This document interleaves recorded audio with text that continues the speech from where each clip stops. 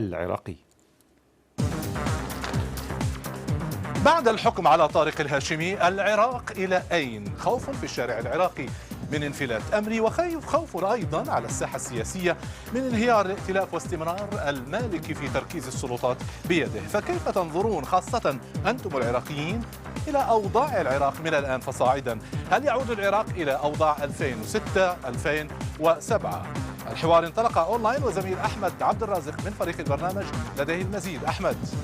نور، استقطاب حاد يشهده حوارنا الإلكتروني اليوم سنعرض لتفاصيله خلال البرنامج، ولجمهورنا الحوار ما يزال مفتوحا ويمكنكم الإدلاء بآرائكم طوال البرنامج، فشاركونا. نور. شكرا أحمد. الآن إلى نقطة حوار عبر راديو وتلفزيون BBC.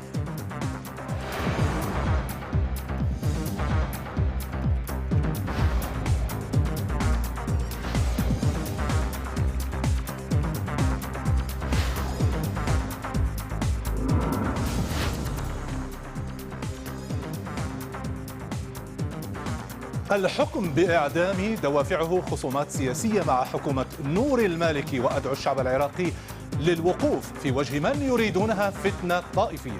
هكذا كان رد طارق الهاشمي نائب رئيس الجمهورية العراقية بعد أن أدين بجرائم قتل.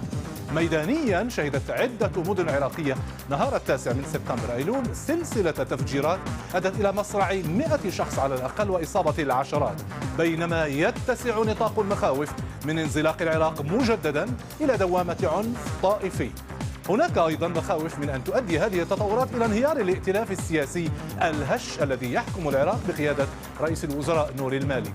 في رأيك، ما هي تداعيات صدور الحكم بإعدام طارق الهاشمي على العراق؟ كيف يتأثر الائتلاف الحاكم بهذه التطورات؟ وهل يمكن للسلطات أن تحتوي أعمال العنف التي تصاعدت مؤخرا؟ وما مدى واقعية المخاوف من شبح الطائفية الذي يقول به البعض؟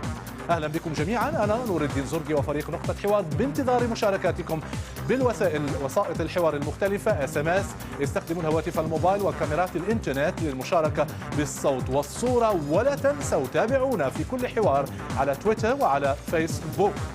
على الشاشة هذا هو رقم الحوار التليفوني 004 24 77 650 211، وأنا وجميع الفريق بانتظار مشاركاتكم برسائل النصية 004 79 1000 47. إذن ينطلق الحوار. سنبدأ بمجموعة من المتحاورين هاتفيا بالانتظار. أحمد المواشي في كربلاء، مكي جودي في الكوفة، علي الطائي من الموصل، وسلام خالد في الفلوجة. مرحبا بكم جميعا إلى نقطة حوار. سأبدأ بك أحمد المواشي. أحمد المواشي، يا الله محييك يا أحمد. كيف تنظر إلى ما يعتمل به العراق الآن سياسيا وأيضا ميدانيا؟ والله للأسف يعني أنه أنا أرى الارتباط ما بين الحكم اللي صدر ضد طارق الهاشمي واليوم الدامي اللي مر به العراق، هذا دليل على ارتباط هذا الرجل بتنظيمات مسلحة، وأنه حقيقة قام بأعمال إرهابية يندى لها الجبين. يعني أن يصل إنسان إلى هذا المستوى من المسؤولية وأنه يتخفى بزي مسؤول عراقي، ولكنه في الحقيقة للأسف يعني أقولها إرهابي. وقد ثبتت بالمحكمة وأمام المحكمة إثباتات عديدة ضد هذا الرجل، وأنه اشترك للأسف بأعمال إرهابية وقام بقتل العديد من العراقيين. هناك من يلقي أحمد، نعم. هناك من يلقي بظلال من الشك على المحاكمة. العراق ينشد في مرحلته الجديدة ديمقراطية حقيقية. هناك من يلقي بظلال من الشك على المحاكمة.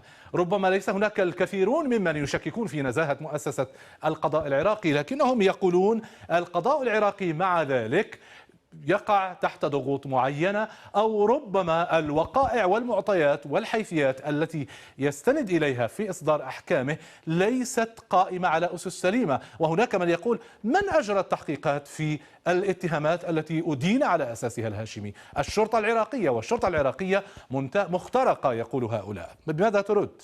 سيد العزيز، ان الهيئه القضائيه التي اصدرت امر بالقاء القبض على الهاشمي هيئه قضائيه تتكون من كل الطيف العراقي. ليس المالكي سلطه على القضاء العراقي، القضاء العراقي وحسب الدستور وما نراه قضاء مستقلا عن السلطه التنفيذيه وعن سلطه الرئاسه الجمهوريه. طيب فلذلك أحمد تبدا المساله. نعم، انا بوعدك بعطيك فرصه اخرى، لكن خلينا نسمع للراي الاخر. علي الطائي موجود في الموصل. مرحبا بك يا علي. علي الطائي من الموصل. أهلا بك يا علي، تفضل. اهلا وسهلا، اسمعك. تفضل أنت على الهواء. سمعت ماذا قال أحمد المواشي وماذا قلنا عن القضاء، لكن أنت تريد أن تتطرق للموضوع من زاوية أخرى، وهي أن هذا الحكم أساسه صراحة وعلنا مثل ما قال الهاشمي نفسه هذه الخصومات السياسية بينه وبين المالكي. علي الطائي. قضية الهاشمي قضية سياسية بحتة، هي مسألة صراع على السلطة بين رئيس الوزراء نور المالكي. نعم، بين رئيس الوزراء نور المالكي والفارق الهاشمي. نعم. مسألة الرجل الهاشمي قدم الكثير من 3 أعتقد من أشقائه شهداء في العراق. ألو؟ أنت على الهواء يا علي، أكمل رجاء. ألو تسمعني؟ أسمعك جيدا يا علي، تفضل.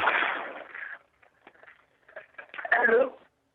يبدو أن هناك مشكلة في الخط. على كل خليني أسمع سلام خالد. أنت تقول أنه الحكم كان مجحفا وظالما، على أي أساس؟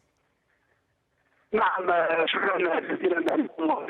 صراحة أن الحكم الذي صار ضد رئيس الجمهورية هو حكم ظالم ومجحف وغير عادل، لأن الهاشمي رجل سياسي معروف. نعم. والاتهامات التي تم والاعترافات التي تم انتزاعها من محامي الكل علم انها انتزعت بالقوه، وهناك الحمايات الذي مات تحت التعذيب وهو نسمع من العالم كله. ماذا عن القضاء؟ ماذا عن نزاهة القضاء العراقي؟ يا سلام، ماذا عن نزاهة القضاء العراقي؟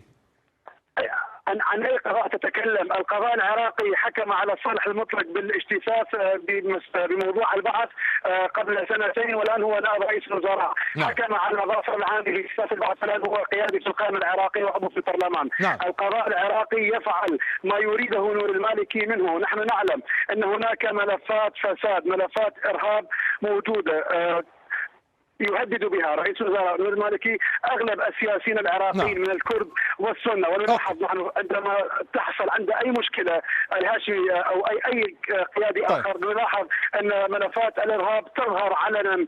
شكرا سلام، شكرا جزيلا على هذه النقطه. سارحب الان عبر الاقمار الاصطناعيه من بغداد بالدكتور عدنان السراج، وهو عضو ائتلاف دوله القانون ورئيس مركز العراقي للتنميه. دكتور عدنان، سمعت ماذا قال سلام قبل قليل. هل فعلا هناك فصل للسلطات في العراق؟ ألا يسعى رئيس الوزراء السيد نور المالكي إلى تركيز السلطات بيده، وبالتالي يلقي هذا بظلال من الشك على نزاهة القضاء وعلى أساس الحكم الصادر على الهاشمي؟ نعم، شكرا على هذه الاستضافة. لابد أن نتطرق إلى مسألة جوهرية وأساسية، ليس بهذه السطحية التي يتكلم بها بعض الأخوة. علينا أن نعترف أن في العراق عملية ديمقراطية رعتها أكبر دولة في العالم هي الولايات المتحدة الأمريكية من خلال ما يمكن أن نسميه المساعدة في إقامة النظام الديمقراطي في العراق. وبالتالي السلطات الثلاث هي سلطات مستقلة، ونور المالكي فقد الكثير من صلاحياته نتيجة لسوء استخدام الجهاز التشريعي للقوانين والأنظمة التي تعطي لدولة أو لرئيس مجلس الوزراء العراقي صلاحيات كبيرة تصل إلى حد القرارات القطعية. هنا نجد التباين، رئيس الوزراء لا يتمتع بكل صلاحياته الدستورية، وإذا أراد أن يتمتع بصلاحياته التي يمكن من خلالها أن يفرض آراءه الدستورية والقانونية يصبح دكتاتورا. لكن خصومه يقولون سيدي خصومه يقولون إن هذا هو ما يفعله تماما، بمعنى أنه يركز الحقائب الوزارية الأساسية بيده، هكذا يقول خصومه.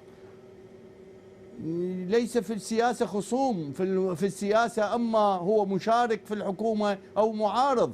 فإذا كانوا معارضون فلماذا يشتركون بحكومة توافقية؟ ولماذا يشتركون في توافقات على مشاريع وبرامج داخل مجلس النواب؟ ماذا عن أسلوب التهديد؟ ماذا عن أسلوب التهديد؟ سلام خالد في الفلوجة قال أنه السيد نور المالكي يلجأ إلى أسلوب تهديد وترهيب خصومه أو معارضيه، إذا أردنا أن نقول بمقولتك. هو رئيس مجلس الوزراء، هو يستطيع أن يستخدم أسلوب توجيه العصا القانونية وليس التهديد. نعم. هناك مجلس تشريعي وهناك مجلس نواب وهناك الإعلام، هناك الرأي العام. هكذا يتكلم سلام، كان قبل لا يستطيع سلام أن يتكلم هكذا، الآن يتكلم بحرية. دكتور عدنان، في برنامجنا ولا نريد أن نجنح كثيرا عن موضوع الحوار، نحن نتحاور اليوم عن أثر الحكم الصادر بحق الهاشمي على العراق سياسيا وأيضا ميدانيا. خلينا نسمع علي الطائي في الموصل ماذا لديه. علي رجاء تفضل بالمشاركة، تفضل. نعم، الحكم حكم سياسي كما قلت سابقا، ولن ينتهي بهذه السهوله، سيزيد التعقيد القضيه، يعني الخلاف السياسي ستزداد المشهد السياسي تعقيدا في العراق بعد هذا الحكم، لان الرجل الهاشمي يمثل يعني جهه كبيره من السنه في العراق.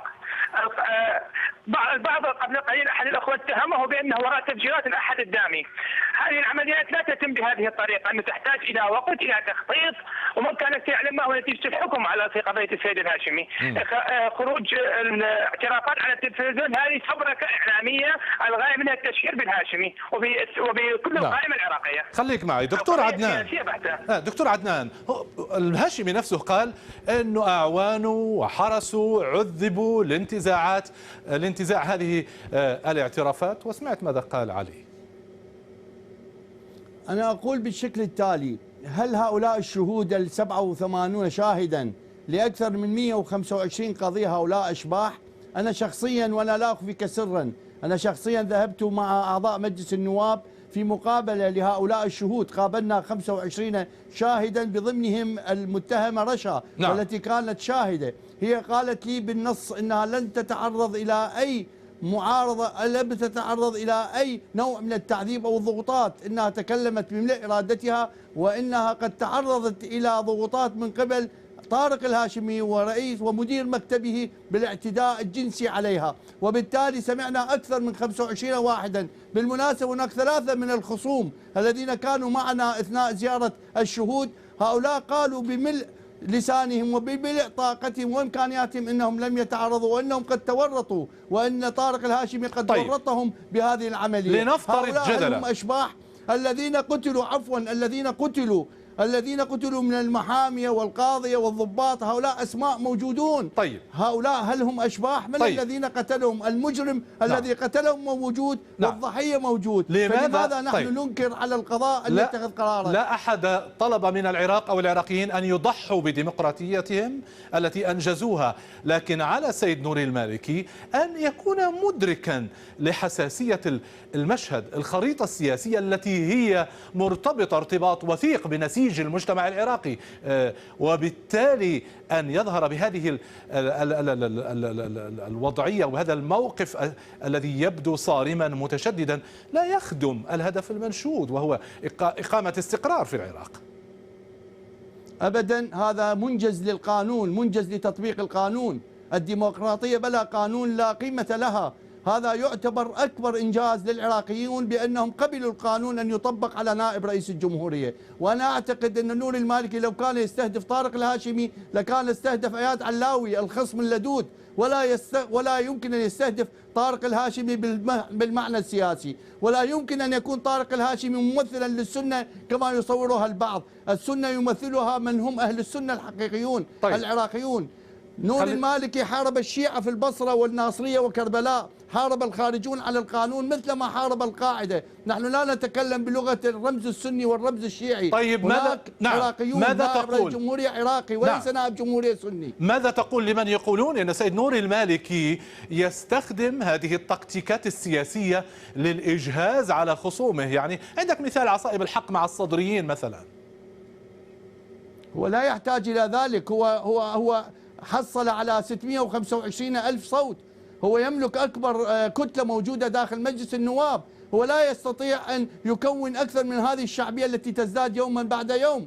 هو لا يحتاج إلى أن يعارض خصومه أو يقضي على خصومه بالطريقة الدكتاتورية. هناك الكثير من داخل مجلس النواب يراقبون هذا المشهد. هناك كثير من الدول التي ترعى الديمقراطية تراقب هذا المشهد. دكتور عدنان، لحظة معي، أريد أن أستنتج رأي المتحاورين بعدين بجي لك عن المضاعفات على الوضع السياسي. سأعود إلى أحمد المواشي في كربلاء. أحمد، أنت تقول أنه هذه فرصة لتوحيد الصفوف، هل هي فعلا كذلك أم أن هناك خطرا في انهيار هذا الائتلاف الهش كما يقول خصوم السيد نوري المالكي؟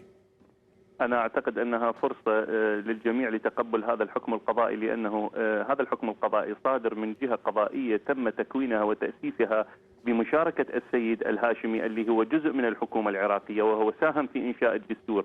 فلذلك الجهاز القضائي العراقي هو نتاج لهذه العملية السياسية التي شارك بها السيد الهاشمي. فأعتقد من العيب أنه يتهم جهاز قضائي هو ساهم في إنشائه وكتلته البرلمانية ساهمت في إنشائه. عظيم. فلذلك أعتقد أنه أحمد، الفكرة واضحة. خليني أسمع علي الطائي وسلام خالد.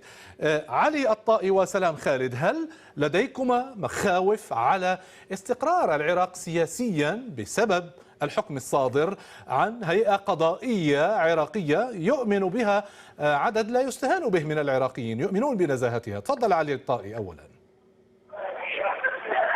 نعم، اكيد اكو مخاوف من اتساع رقعه العنف، من زياده تعقيد المشهد السياسي، وخصوصا موضوع المشهد السياسي والتوافقات السياسيه. هناك خوف من تعقيد المشهد، من استمرار العنف في الساحه العراقيه، خصوصا مع وجود الوزارات الشاغره. عظيم. سلام خالد في الفلوجه، ما رايك انت في هذا الموضوع؟ سلام خالد في الفلوجه. ما اعتقد ان الموضوع سيدفع على السنه الى التشبث بخيار الاقليم، باعتبار ان خيار الاقليم سيحميهم من تجاوزات المركز على المحافظات ومن استهداف رموز المحافظات واستهداف رموز الطوائف. انا اعتقد ان ربط التفجيرات بالاحكام يثير رعبا لدى العراقيين، لان اعتقد هناك ايام داميه حصلت ولا توجد هناك احكام اعدام صادره بحقها. شكرا يا سلام. دكتور عدنان السراج، سلام أثار نقطة هي في صميم الخلاف بين السنة وبين سيد نوري المالكي، وتعرف كلام الأقاليم الساعية إلى نوع من الاستقلال الإداري أو الاستقلال الاعتباري. أنت هل يساورك شك في أن الائتلاف الحاكم يمكن أن يكون عرضة لاهتزاز بسبب ما حصل؟ نعم، أنا أتصور أن المنطقة الآن فيها شحن طائفي. نعم. هذا موجود كما يحصل في المنطقة من خلال التأزم في القضية السورية. نعم. وأيضا هناك شحن طائفي في مناطق أخرى قد تثار فيها مشروع ليس عراقيا بالمطلق، إنما هو مشروع قد يكاد يكون مدعوم من بعض الدول التي تريد فعلا تأزيم الوضع الطائفي من أجل تحقيق مصالح معينة.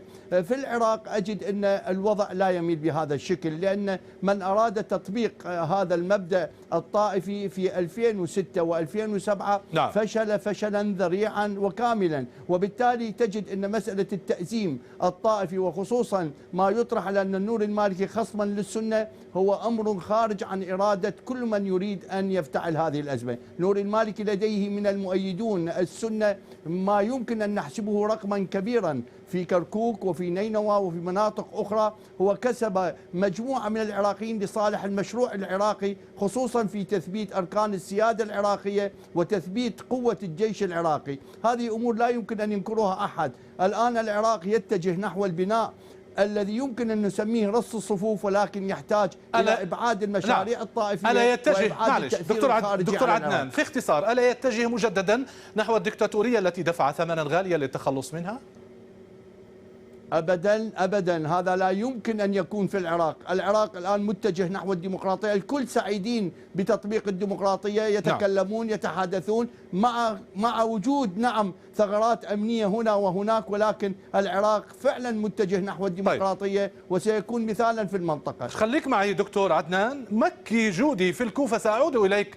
مكي، أنت تقول لن يتقبل أنصار الهاشمي هذا الحكم، لكن يجب احترام قرارات القضاء. ليس الأمر بهذه البساطة كما تعلم. يعني كيف تتصور العراق من الآن فصاعدا مثل ما قلت في بداية الحلقة سياسيا وميدانيا؟ مكي جودي في الكوفة. لك أخ نور وللأخوة المشاهدين والمستمعين. أهلين. ألو أنت على الهواء، تفضل وأكمل. لم تنصفني في توزيع الأدوار في الكلام يا أخ نور. هي عادت لك الفرصة فاستغلها. يلا. نعم شكرا. أنا أقول أن الحكم قضائي والقضاء يجب أن يحترم. طيب. نعم والقضاء يجب أن يحترم. نرى الآن في هذا اليوم صدر حكم بحبس أحمد شفيق، ولكن لم نسمع أي مصري قال أن هذا حكم سياسي. قبل 4 أيام تم حبس وزير لبناني سابق، لم نسمع أن هذا حكم سياسي. الأخوة الذين يقولون حكم سياسي هل اطلعوا على تفاصيل المحكمة؟ هل حضروا المحكمة؟ هل قرأوا التحقيقات؟ طيب سمعنا ماذا قاله معلش سمعنا ماذا حصل للقاضي الذي بت في 9 جلسات وانصرف مستقيلا عند الجلسة التاسعة. عزيزي المحكمة استمرت 5 أشهر و7 جلسات. طيب خليك معي، سأعود إلى الدكتور عدنان. دكتور عدنان، ما دام مكي جودي تطرق إلى هذه النقطة دعنا نختم بها. جهات حقوقية في العراق قالت أن القاضي لم يكن مطمئنا تماما إلى أن التحقيقات التي أجريت في القضية كانت تحقيقات سليمة، واستقال عند الجلسة التاسعة وجيء بقاض لينطق بالحكم.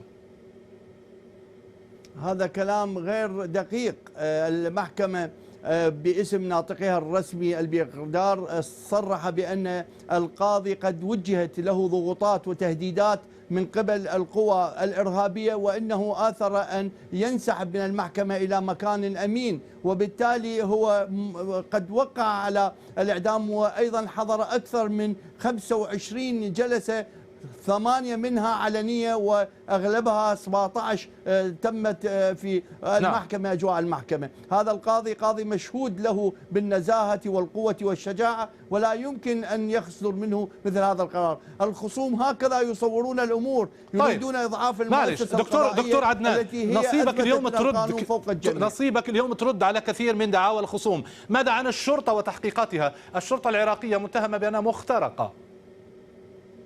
نعم، في كل مكان الشرطة مخترقة، في كل أماكن العالم، حتى في الولايات المتحدة الأمريكية. شكرا لك جزيلا دكتور عدنان، أستميحك عذرا، هذا ما سمح بالوقت. دكتور عدنان السراج، عضو ائتلاف دولة القانون ورئيس مركز العراقي للتنمية الإعلامية، شكرا لك جزيلا سيدي على إثراء الحوار في نقطة حوار. الآن مشاركة بالويب كاميرا جاءتنا من حيدر الطرفي في العراق.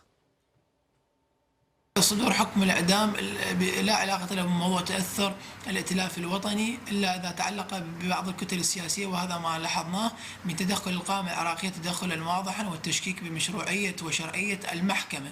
أيضا واجه العراقيون تجربة 9 سنوات تلخصت في عام 2005-2006. أثبت العراقيون أنهم كتلة واحدة لا فرق بين السنيين والشيعيين، وأنهم بعيدون عن الاقتتال الطائفي، تجمعهم الوحدة، تجمعهم الوطنية. أما الأمر الآخر، الحكومة للأسف غير قادرة على حفظ الأمن في داخل البلد، لأن العمليات والهجمات الإرهابية هي إقليمية، وأيضا هذه العمليات الإرهابية تقوم بها خلايا نائمة داخل العراق.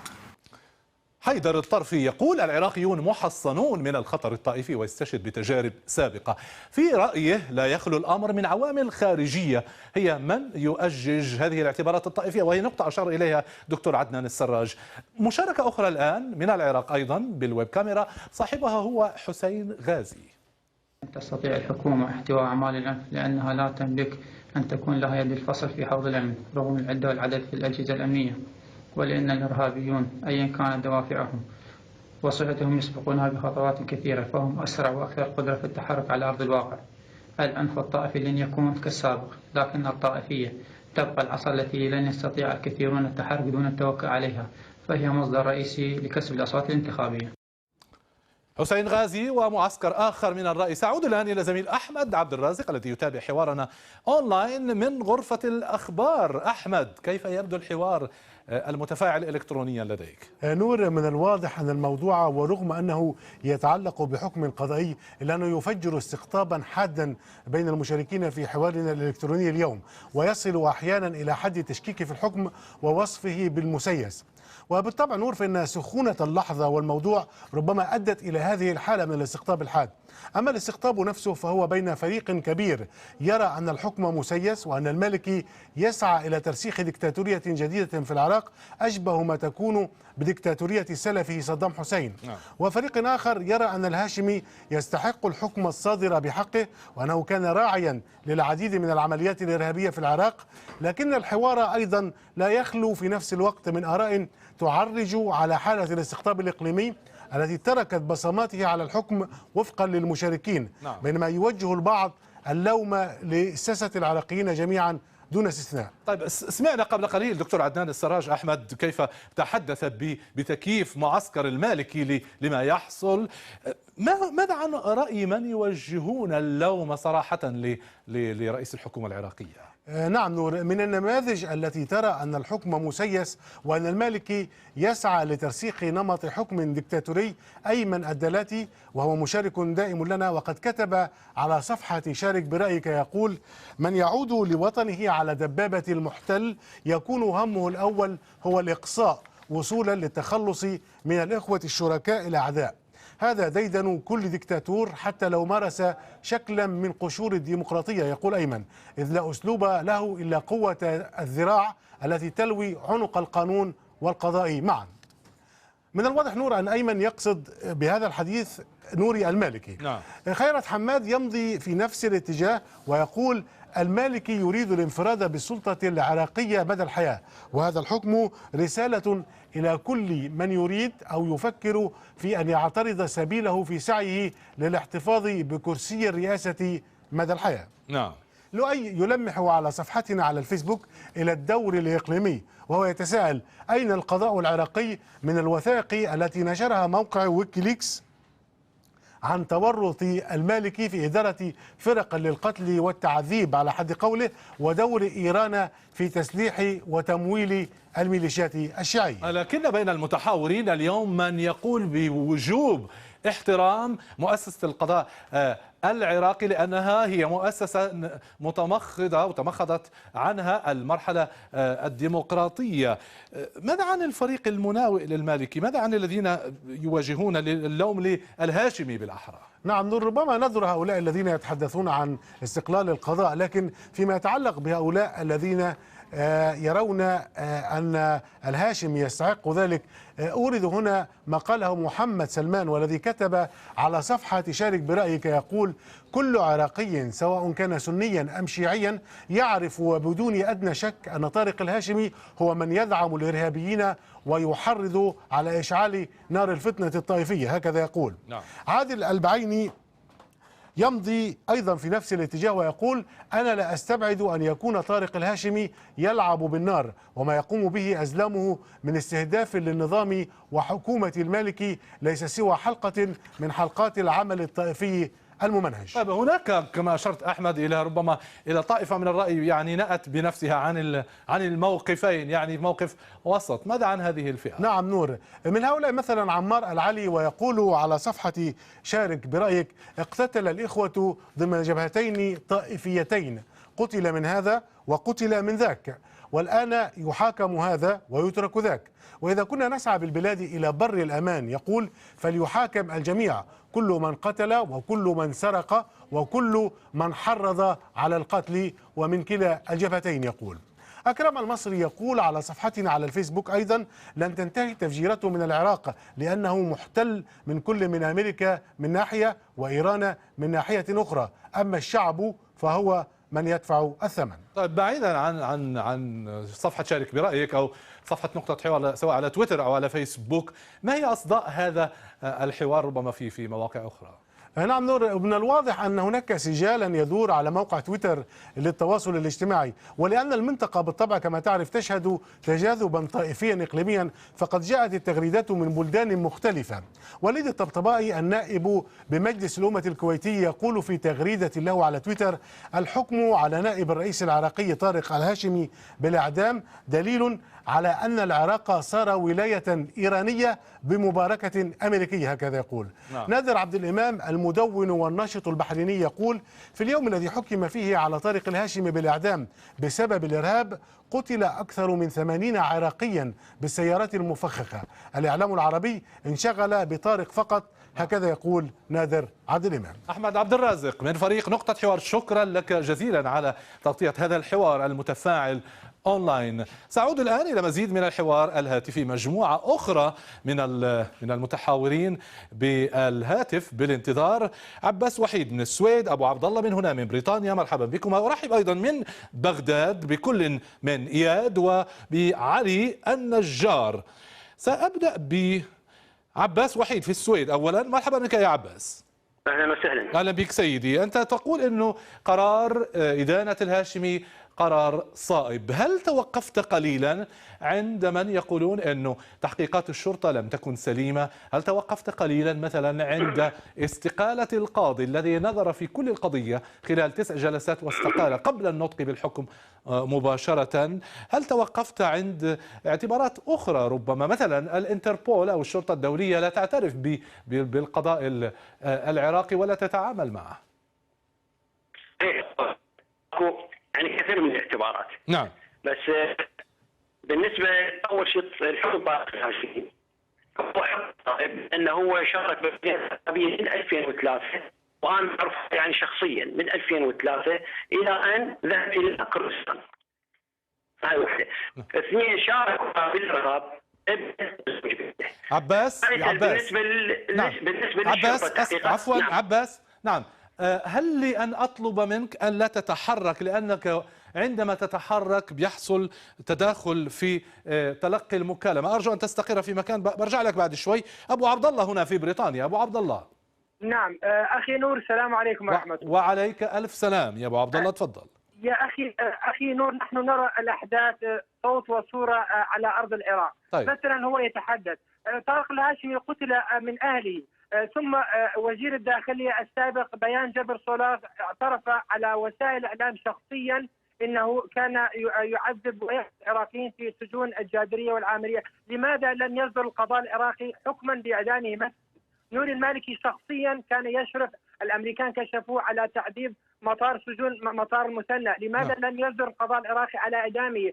هنا يعني الارض يعني مساله واضحه. اخذوا حمايه طارق هاشمي وعذبوه اخ نور. طيب ابو عبد الله، نعم. عبد الله، نحن لا نجري محاكمه من جديد للهاشمي، لكن نتحاور اليوم في مضاعفات النطق بالحكم على الهاشمي على العراق سياسيا وايضا اجتماعيا، لان هناك عراقيين يخشون يتوجسون من ان البلاد ربما تنزلق الى احداث 2006 و2007. هل تشعر انت كمواطن عراقي بمثل هذا الخوف؟ نعم، نحن على ارض الواقع في حرب معركه طائفيه. انا اعطيك مثل، انا اهلي اقرباء الشيعة الان لا نتحدث معهم، ليس لدينا يعني الان يعني على ارض الواقع قطيعه اجتماعيه. نعم، قطيعه اجتماعيه بسبب عقائد طائفيه، فهم يعني المالكي. نعم.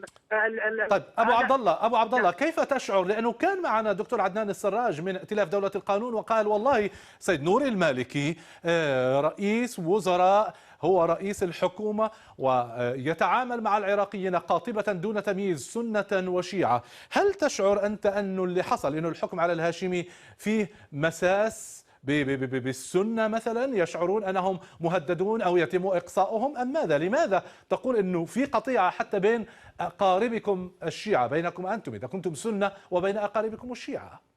نعم أخي نور، بكل تأكيد نور المالكي يمارس سياسة طائفية، أجندة إيرانية. وأنت انظر إلى الأحداث السياسية حتى يصدر أموال إلى لدعم بشار الأسد، لأنه مسألة طائفية. نعم. يصدر حتى مقاتلين الأكراد، منعوا المقاتلين العراقيين من الجيش العراقي أن يدخل إلى طيب سوريا.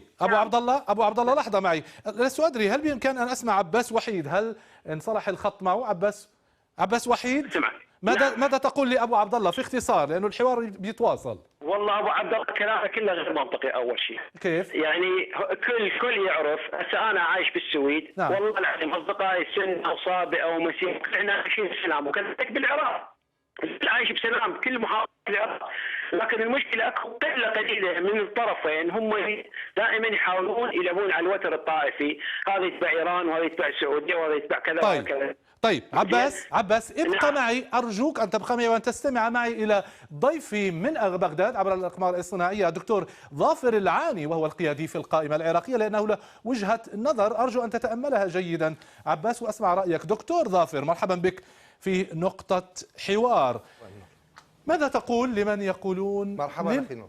أهلا بك سيدي. ماذا تقول لمن يقولون لماذا كل هذه الضجة؟ العراق دولة ديمقراطية، دولة مؤسسات، القضاء عمل شغله في قضية معينة، لماذا تريدون أن تسحبوا عليها كل هذه التحليلات والتحذيرات والمضاعفات السياسية والاجتماعية أو الطائفية أيضا؟ من الديمقراطية اليوم الموجودة بالعراق هي ديمقراطية تكاد تكون شكلية أو وهمية. نعم صحيح هنالك حرية للحديث وأن تقول رأيك، ولكن أيضا لا أحد يأخذ برأيك. وفي الديمقراطيات لكي تكون الديمقراطيات ناجزة ينبغي أن تكون هناك مؤسسات دولة حقيقية ودستورية، وهذا ما نفتقر له في العراق. يجب أن يكون هنالك جيش وقوات مسلحة مهنية وغير مسيسة، هذا ما نفتقر له، لأن معظم القوات المسلحة العراقية تهيمن عليها الميليشيات عبر قرارات وقوانين اسمها قوانين دمج الميليشيات بالجيش العراقي، بحيث أصبح قادة الجيش العراقي ومعظمهم من الميليشيات. طيب، وهؤلاء أكثرهم من الذين تدربوا في طهران. دكتور ظافر، نعم. هل معنى هذا أنه أيضا يجب أن يسود التسيب العراقيين السنة؟ هل هذا هو المطلوب؟ يعني كيف؟ لم أفهم السؤال عفوا. السؤال هل إذا كان الوضع كما تقول، هل معنى هذا أنه المواطنين العراقيين السنة يجب أن يأخذوا القانون بيدهم ويتمردوا عن مؤسسة الدولة ولا يلتفتوا لأحكام القضاء العراقي؟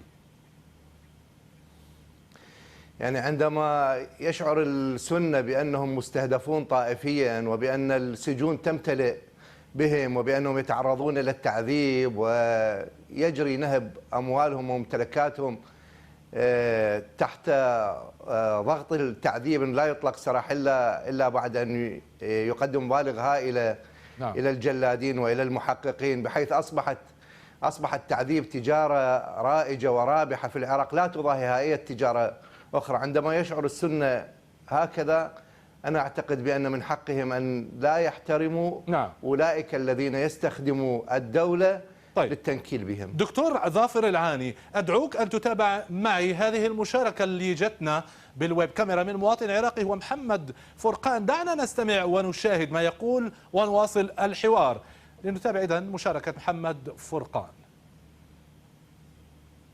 بصراحة يحاول السيد طارق الهاشمي أن يسوق القضية ويحولها إلى أنها من قضية قضائية إلى قضية سياسية، ويحاول أن يفعلها سياسيا ثم يضيف إليها مستغلا التشنج الطائفي الموجود في المنطقة ويسوقها طائفيا بأن استهداف طارق الهاشمي هو استهداف لمكون معين موجود في العراق أو لطائفة معينة في العراق.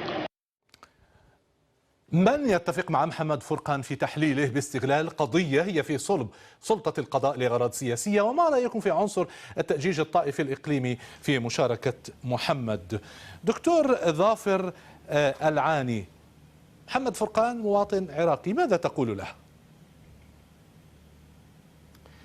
يعني أنا دعني أقول لك أنه من متابعتي للبرنامج ولمجمل التعليقات سواء كان في البرنامج أو في مواقع النت الأخرى في قضية مثل هذه وقضايا مفصلية أخرى، للأسف نجد انقساما، يعني سرعان ما يظهر الانقسام الطائفي. فالشيعة يساندون الحكومة يساندون المالكي حتى وإن كان على خطأ، وهذا أمر مؤسف. وبالمقابل السنة لا يجدوا أنفسهم إلا مضطرين لمناصرة قياداتهم أو قضاياهم التي يعتقدون بأن يجري اعتداء واضح عليها. من يعتقد بأنه يعني الانقسام الطائفي قد انتهى، أنا أعتقد أنه يعني يحتاج إلى مراجعة نفسه، خصوصا وإحنا نتحدث في ظل تغيرات تداعيات إقليمية مهمة. اليوم الاحتقان الطائفي لم يعد موجود في العراق، ربما العراق في فترة نقاهة الآن صحيح، ولكنه مستعد لتقبل الجرثومة الطائفية التي يجري الآن تصديرها من سوريا إلى بغداد ومن البحرين إلى بغداد، وأنا أعتقد أنه العراق يراد له الآن بقضية الهاشمي أن يصبح ساحة عمليات لسوريا ما بعد بشار الأسد، وبمعنى آخر أنه العراق يتم تهيئته أو تسخين الأجواء فيه وإعداده كمسرح عمليات من يسخن الأجواء؟ طائفي مقبلة بديلا عن دمشق. هل في مصلحة نور المالكي أن يعود العراق للفوضى وعدم الاستقرار؟ أنا أفهم قلقك من هذه التطورات الإقليمية، لكن عندما تقول بهكذا حجة ستجد صعوبة في من يقبلها منك. يعني أنا أعتقد أنه طهران ولها أذرع مهمة وكبيرة داخل القرار السياسي العراقي. هي مهتمة أيضا إذا ما خسرت بشار الأسد أن تجد ساحة اقتتال طائفي أخرى تستطيع من خلالها أن تساوم وتناور مع سواء كان مع واشنطن أو مع الدول العربية الأخرى. ولذلك أنا أقول لك بأنه يعني حتى قبل قضية الهاشم منذ فترة قبل النطق بالحكم، نعم، ومنذ فترة يجري يعني عمليات أمنية واسعة النطاق، عمليات إرهابية واضح فيها البعد الطائفي، نعم، وهو أمر أنا أعتقد أنهم يعني لا أحد لديه مثل هذه القدرة على هذا الخرق. إذا كان العراق قد تحصن، سوى دولة وربما إيران، نعم، هي إذا كان العراق قد تحصن داخليا، وإذا كانت جرثومة الطائفية كما تقول تتهدده من الخارج، هل تريد أن تقول أن الوقت ربما لم يكن صائبا في إصدار هذا الحكم على السيد طارق الهاشمي؟ نعم، أنا أعتقد كذلك. يعني أنا أعتقد لم يكن صائب. أولئك الذين يريدون استقرار العراق، سلمه وأمنه، لا يعتقدون بأن قرار مستعجل وفاقد للشرعية مثل هذه يمكن أن يخدم السلم الأهلي. على العكس، نعم، وأنا أعتقد أنه يعني أولئك الذين يريدون زيادة جرعة الاحتقان الطائفي في العراق، نعم، ربما يعني نجحوا بهذه القضية. خلينا اليوم نعم سيدي أصبح على أوسع مدى. خليني أطرح هذه الحجة على مواطن عراقي هو عباس وحيد. عباس وحيد موجود في السويد. عباس، ماذا تقول في رأي الدكتور ظافر؟ أنت تقول القرار صائب ويجب حكم الهاشمي، لكن ألم يكن حريا بحكومة السيد نور المالكي أن تأخذ في الاعتبار هذه العوامل الخارجية التي قد لا تساعد العراق في هدف الاستقرار؟ عباس وحيد في السويد. اي نعم، هي اولا انا يعني احب اعقب على كلام الاستاذ ظافر العاني. نعم. الطائفيه بالعراق هي من السنه بالعراق اول شيء، احنا كلنا نعرف هذا الشيء، هاي وحده. كيف لا معلش عباس، ماذا قلت؟ وانا اريد اوجه لك كلام عليه. اي من هم جايين يقسمون اليوميه اكثر شيء بالعراق، هذه وحده. ثاني شيء بالنسبه الى الحكم طارق الهاشمي، اذا كان اي مجرم جريمه او قتل واحنا ما كونه سني او لكونه شيعي او نائب رئيس الجمهوريه في فوضى. يعني ضروري احترام القانون واحترام التحقيق. الو انت معي؟ اسمعك، لكن خطك لا زال يقطع يا عباس، لست ادري ما السبب. احترام القانون واحترام قرارات المحكمه، وبنفس الوقت انا ان الشرطه العراقيه مخترقه صحيح طرفين. نعم. اكو رشاوي واكو ابتزاز واكو غيره، والسبب في هذا كله العراق الدوامه هذه هو الحكومه المشتركه. يعني ما اجت حكومه من انتخابات حزب واحد، لا. طب ما العمل يا عب؟ هل تريد عندك شرطه مخترقه وتريد حكومه ديكتاتوريه، وبعدين في النهايه اذا طلع قرار من القضاء سيكون مشكوكا بامره ولا لا؟ لا، هو احنا ما نقدر نقول مشكوك في امره. طيب شنو؟ كل العراقيين يعرفون، انا احكي لك اياها قسما بالله، نعرف ان طارق الهاشمي له يد بالارهاب من 2003. هاي طيب يا عباس انت إذا كان المفروض، دكتور ظافر العاني يشير إلى تعقيدات، إلى عوامل تعقيد إقليمية، وهو يقول إن هناك ربما من في مصلحته أن يؤجج الأوضاع أو أن يؤجج عنصر الطائفية في العراق. صحيح، وأنا عندي دلائل وإثباتات أكو من دول الجوار هي تحاول دائما أن تصدر الطائفية أمثال السعودية. هل يساعد الحكم على الهاشمي في الحيلولة دون وقوع ذلك؟ ربما كان هذا هو الشيء. والمجرم لازم نحاسبه عقابه. يعني احنا اذا هذا ما نحاكمه ذاك ما نحاكمه ما يصير. عظيم يا عباس، شكرا لك. واضح. دكتور ظافر العاني، لاحظ كيف عباس رجعنا لنقطة جوهرية. هل نضحي بدولة المؤسسات بسبب كلام من هون او من هناك او من هان على طائفية. في النهاية عندك قرار صادر عن القضاء، ماذا نفعل؟ أو بماذا تقنع يعني المتحاور؟ نعم. أي. يعني خليني أقول للعباس أنه يتذكر عباس أنه يعني في تصريح لرئيس الوزراء قال أنه هذا الملف كان لديه لمدة 3 سنوات وكان يجمع فيه وكان يعني كان موجود له وعرضه على رئيس الجمهورية ثم قدمه في لحظة انتقائية. يعني والتساؤل لماذا يعني إذا كان هنالك مثل هذا الحرص على أرواح ودماء العراقيين نعم. وعلى دولة القانون والقضاء، يعني لماذا تأجيل يعني تقديم مثل هذا الملف 3 سنوات؟ ثانيا أنا لا أتحدث عن أنه يعني أن نرمي القضاء خلف ظهورنا، ولكن أتحدث كما تحدث الأستاذ طارق وأنا أحترم فيه كلامه هذا عندما قال أنه مستعد يمثل أمام قضاء ولكن قضاء عادل. خليني أذكر عباس ماذا سيقول لأهالي عائلتين قتلوا أبنائهم أثناء التحقيق، يعني من المتهمين، يعني قتلوا في التحقيق تحت التعذيب. هل يمكن اعتبار مثل هذه الاعترافات حقيقية؟ ثالثا هنالك تمييز بين مرحلتين. نعم. بين مرحلة التحقيق التي يجري فيها انتزاع الاعترافات بالإكراه والقوة والتعذيب والقسر وتهديد الأعراض وتسمع قصص كثيرة، وأرجو أن تراجع أيضا يعني التقارير التي صدرت عن هيومن رايتس ووتش وغيرها من المؤسسات والشق الثاني هو وصول هؤلاء المتهمين أمام المحكمة. يعني عندما يحكم القاضي بموجب أوراق جاءته من قبل قضاة التحقيق، أنا أقول أنه حتى الآن لم يستطع المحامون الاطلاع على الأوراق التحقيقية، منعوا من الاتصال بالمتهمين، منعوا من جلب الشهود. طارق قدم أكثر من التماس لنقل قضيته خارج سطوة نور المالكي ولم يقبل ذلك، في حين نقل أكثر من قضية مماثلة مثل هذا النوع وأقل نعم. تحت المصلحة السياسية. أشكرك جزيلا دكتور ظافر. دكتور ظافر خليني طارق طلب شهادة رئيس الجمهورية ورفضت. نعم. دكتور ظافر جيد جدا أنك وصلت في تحليلك إلى هذه النقطة، لأن حيدر هادي في كربلاء يشدد على احترام القضاء العراقي. حيدر هادي في كربلاء، سمعت ما قاله الدكتور ظافر العاني وهو سياسي وطبعا يتحمل مسؤولية كلامه. أي قضاء هذا الذي تريد أن يحترمه العراقيون إذا لم يكن يراعي الأصول، أصول المحاكمات والترافع، وأن يعطي المواطنين العراقيين فرصة متكافئة في الدفاع عن أنفسهم؟ حيدر هادي في كربلاء.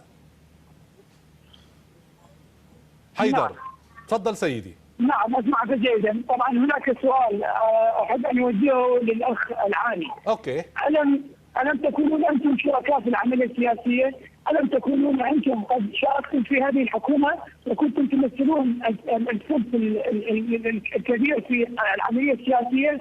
ألم يحترس الدكتور طارق الهاشمي للقضاء العراقي عندما أصدر القضاء العراقي مذكرة بحق وزير التجارة وقامت القوات الأمنية بجلبه من المطار، وقد خرج عبر وسائل الإعلام وخرج من خلال فضائيته وقال أنا أؤيد القضاء العراقي وأنا أؤمن بالقضاء العراقي، وأيضا أيد قرار المحكمة. الآن لماذا يعني يشكك في شرعية القضاء؟ يا حيدر لماذا عفوا أستاذ لماذا؟ نعم أسمعك جيدا. أي الوقت ليس لدي وقت، خليك معايا لأني سأدعوك أن تصحبني إلى حوار الراديو. سأعود إلى الدكتور ظافر العاني، بمعنى يعني بعبارة خيار فؤوس، يعني القضاء العراقي مش عاجبكم الآن وأنتم من وضع أسسه في مشروعكم المشترك مع النور المالكي.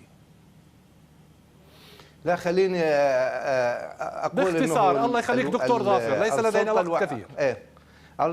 نعم، السلطة الوحيدة غير الدستورية هي القضاء العراقي، لأنه لم يجري اختيار قضاة المحكمة الاتحادية بموجب الدستور ولا حتى رئيس مجلس القضاء المتهم بأنه مشمول بإجراءات المساءلة والعدالة والاجتثاث.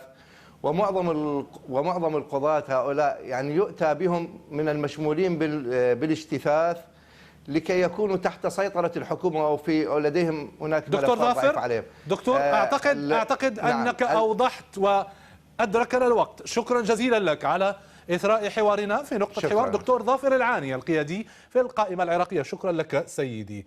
الآن سأعود أعتقد إلى متحاورين عبر الهاتف. لا يزال معنا إياد من بغداد. إياد من بغداد. إياد في بغداد. حيدر برجع لك بعد شوي. السلام عليكم. وعليك السلام يا إياد. تفضل. كيف الحال؟ تفضل أهلا بك. طبعا أسمع. معروف بالعراق انه القضاء عادل، بس الطبي مو يعني وقت حتى افسر لك شلون القضاء عادل. اولا من قام بالتحقيق هو لواء بغداد، كنا نعرف. لواء بغداد هو تابع للمالكي شخصيا. بعدين احنا عندنا ضباط جهله ما يعرفون آلية التحقيق ومهنية التحقيق. التحقيق يبتدي بالمرحله الاولى بالافاده الابتدائيه اللي تدون امام الضابط. نعم. بعدين ينتقل الى المرحله الاخرى هي اللي هي قاضي التحقيق. المتهم يعطي إفادة قاضي التحقيق. بعدين تكتب الاجراءات التحقيقيه كلها. نعم. ترفع الاوراق الى قاضي الحكم الجنايات او غيرها. نعم. بمعنى اياد انك مرت التلكؤ بسبب عدم مهنيه الضباط. عظيم. اياد الضابط احنا عندنا بالعراق الضابط عنده حكم مسبق انه المتهم اللي امامه هو مجرم. إياد واضح الفكرة، بمعنى أنه عمليات التحقيق التي تسبق عرض القضايا على القضاء ليست سليمة. تفضل معنا إياد، وأيضا علي النجار، أبو عبد الله، وحيدر هادي. أدعوكم جميعا إلى جزء الراديو من نقطة حوار، لأن هذا الجزء التلفزيوني في البرنامج وصل إلى نهايته. في حوار حلقة الغد نستطلع آراءكم في مدى نجاح برامج تأهيل المدانين بقضايا إرهاب، ما يعرف بالفئة الضالة في السعودية نموذجا. الحوار متواصل أونلاين على موقع bbcarabic.com في حوارات أخرى بانتظار تفاعلكم معها. لماذا ارتفع سقف مطالب الحركة الاحتجاجية في الأردن؟ وهل ينجح الرئيس الصومالي الجديد في إرساء الأمن والنظام المفتقد في الصومال منذ عقود؟ نواصل حوار العراق على راديو BBC بعد نشرة الأخبار. هاتفنا 0044 20 77 650 211. تحياتي أنا نور الدين زرقي، وإلى اللقاء.